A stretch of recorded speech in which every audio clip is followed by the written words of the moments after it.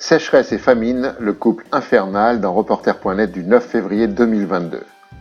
Près de 13 millions de personnes en Éthiopie, au Kenya et en Somalie souffrent de la faim. Depuis 3 ans, la sécheresse sévit dans la corne de l'Afrique. 3 saisons sans les plus habituelles ont décimé les récoltes et causé un nombre anormalement élevé de décès de bétail. S'ajoute à ce désastre l'augmentation des prix des denrées de base, l'inflation et la faible demande de main-d'œuvre agricole, ce qui réduit les capacités des familles à acheter de la nourriture. Il faudrait 327 millions de dollars pour répondre aux besoins immédiats de 4,5 millions de personnes au cours des 6 prochains mois, soit 0,16% de la fortune de Bernard Arnault.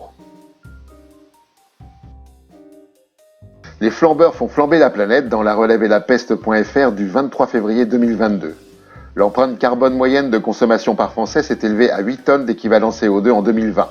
Un milliardaire émet en moyenne 8190 tonnes d'équivalent CO2 par an sans tenir compte du patrimoine financier.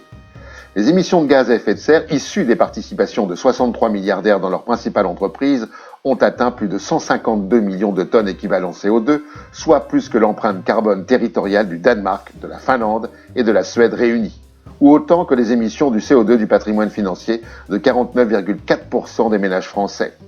Depuis le début de la pandémie, sous l'effet de l'argent magique du plan de relance, les richesses des grandes fortunes françaises ont bondi de 86% entre mars 2020 et octobre 2021, soit un gain de 236 milliards d'euros, principalement composé d'actifs dans les secteurs d'activité hautement carbonés.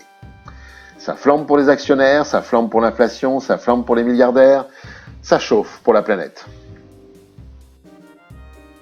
Véhicules électriques, la catastrophe annoncée dans Gokar.be du 12 février 2022.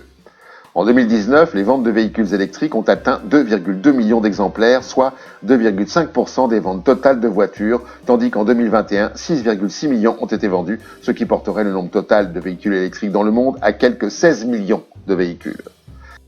Ces voitures consommeraient en outre environ 30 terawatts d'électricité par an, soit la production d'un pays comme l'Irlande. Dans son rapport, The Role of Critical Minerals in Clean Energy Transition, l'Agence internationale de l'énergie alerte sur les risques réels de pénurie dès 2025, voire avant, pour des matières aussi essentielles que le lithium et le cobalt qui entrent largement dans la production des batteries. Cette perspective contribue à faire grimper les prix. Outre l'acier qui a augmenté de 100% en 2021, les tarifs du carbonate de lithium, du graphite et du nickel ont augmenté de respectivement 150, 15 et 25%. Ajoutons la pénurie de puces électroniques dont les véhicules électriques sont 2 fois plus friands et tous les ingrédients sont réunis pour créer un vrai cataclysme industriel et social. Il n'y a plus de saison, mon bon monsieur, dans Novetic.fr du 14 février 2022.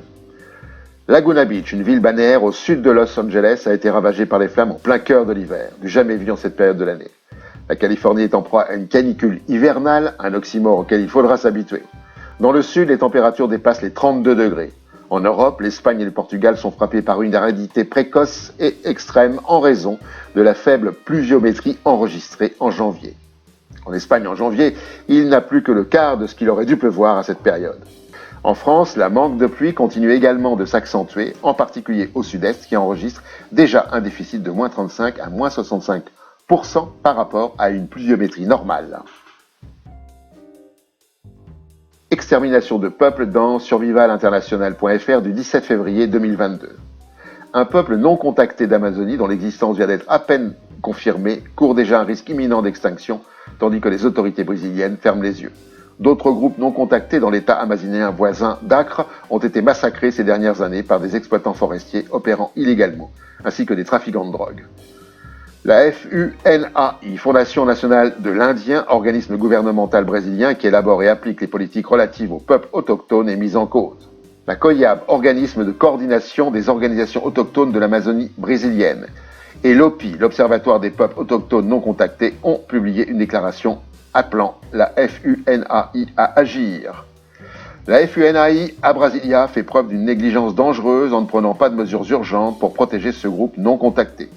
Nous suivons avec beaucoup d'inquiétude le démantèlement continu des politiques publiques concernant les peuples autochtones non contactés menées par des attaques en règle du gouvernement contre les ordonnances de protection des terres.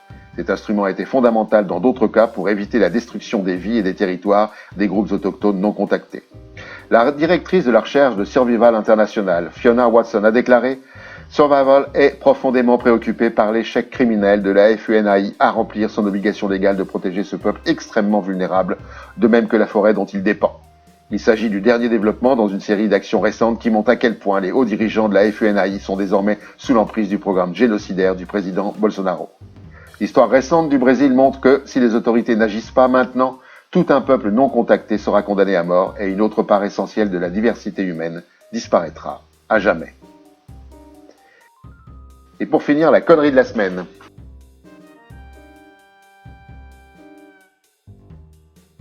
À la prochaine fois.